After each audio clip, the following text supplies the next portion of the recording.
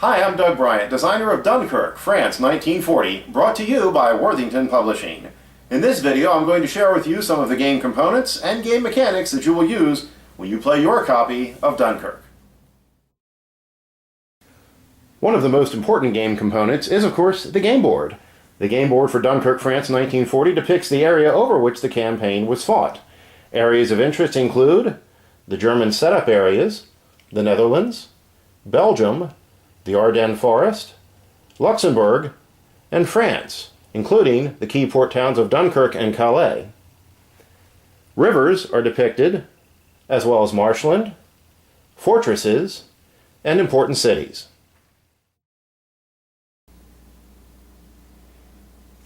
The combat units in Dunkirk, France, 1940 are wooden blocks. The blocks represent the fighting forces of the various nations involved. In our example here, you can see some German blocks, Belgians, the Dutch, the BEF, and the French. In addition, the game uses 10-sided die for combat rather than 6-sided, and units are rated accordingly. The labels on the blocks share important pieces of information with the players.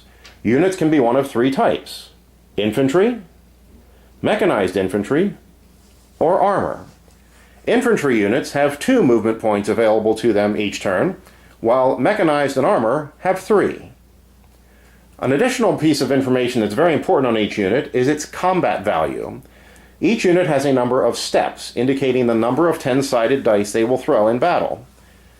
In addition, the label indicates the 2-hit number for each unit. For example, this Belgian unit would roll 2 dice at 3 or less. If it were reduced to 1 step, it would roll 1 dice at 2 or less. Similarly, this German infantry unit at full strength would roll 4 dice at 3 or less, and so on and so forth. One of the most common questions that any player of a new game has is, how do I win? In Dunkirk, France, 1940, victory is determined by victory points. At the start of each game, the German player will select one of 6 strategy cards, and will keep that card secret from the Allied player. Listed on the strategy cards are a series of objectives that the German player must achieve in order to earn victory points. Also listed are conditions under which the Allied player might deduct victory points from the German total. At the end of the game, the points are counted up, and victory is determined based on how many victory points have been earned. Cards play an important part in Dunkirk, France, 1940. The game is not a card-driven game, but is rather a card-enhanced game. There are 2 decks, one for the Allied player, one for the German player, and on each card there are 2 options for players to choose from. Now there's a total of 3 possible options that may show up on the cards. For example, you may have battle cards. These are things such as artillery strikes, air strikes.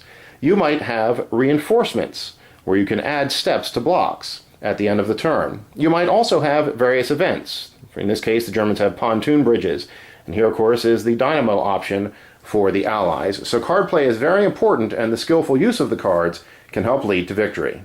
I hope this video has helped you understand the game pieces and game mechanics that you will use when you play your copy of Dunkirk. Thanks for watching.